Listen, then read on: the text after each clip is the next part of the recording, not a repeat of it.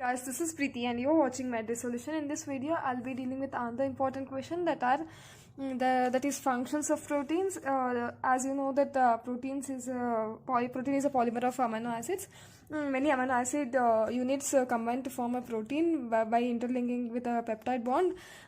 There are two types of protein: integral protein. Integral protein are present entirely in the bilipid layer, embedded in the bilipid layer, whereas the peripheral protein will be present in any of these single layer. They may be intrinsic or extrinsic. If it is, this is a ICF and this is a ECF. This is a if this protein is present here, then it will be eccentric protein. If it is present here, then it will be in intrinsic protein. That will be in periphery. Periphery means sideways. It will be pushed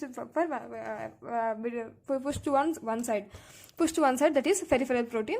ECF, ICF. This will be extrinsic protein and this will be intrinsic protein, and this entire embedded thing will be integral protein.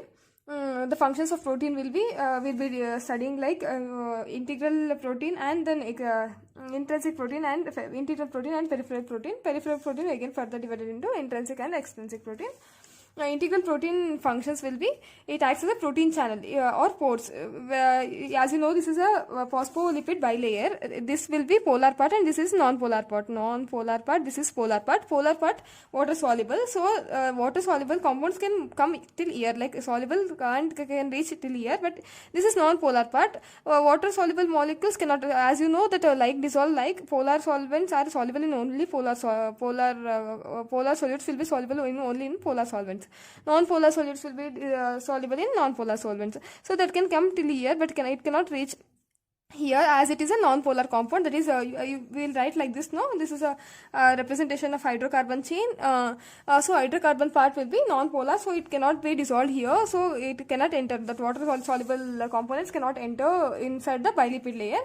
So these proteins acts as a channels or pores. Pores means holes, so that water soluble substance like glucose can enter into the cell. And it also acts as a carriers.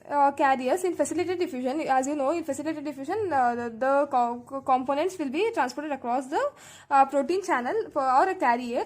So it acts as a carrier in facilitated diffusion. Example, glucose transporter is an example for the carrier. And it also serves as ion pump. You know, example will be sodium potassium ATP. Protein also acts as ion pump. Example, sodium potassium ATPase. To remember this, you can remember a mnemonic Nokia. This is a cell membrane. N is the sodium outside, potassium inside. This is it utilizes ATP. So sodium potassium ATPase. Three sodium will go out and 2 potassium will come inside. 2 potassium will come inside. It utilizes ATP. So Nokia utilizes ATP and it serves as a receptors. If the proteins are present on the cell membrane, outside the cell membrane, this is a cell membrane. If they are present outside the cell membrane, they act as a receptors. Antigen and antibody comes when or any other hormones, it acts as a receptor, and inside the cell, it acts as an enzyme. It has an antigenic property. As you know that during the estimation of blood grouping, detection of blood group, there will be antigen and antibody coagulation. The RBC membrane.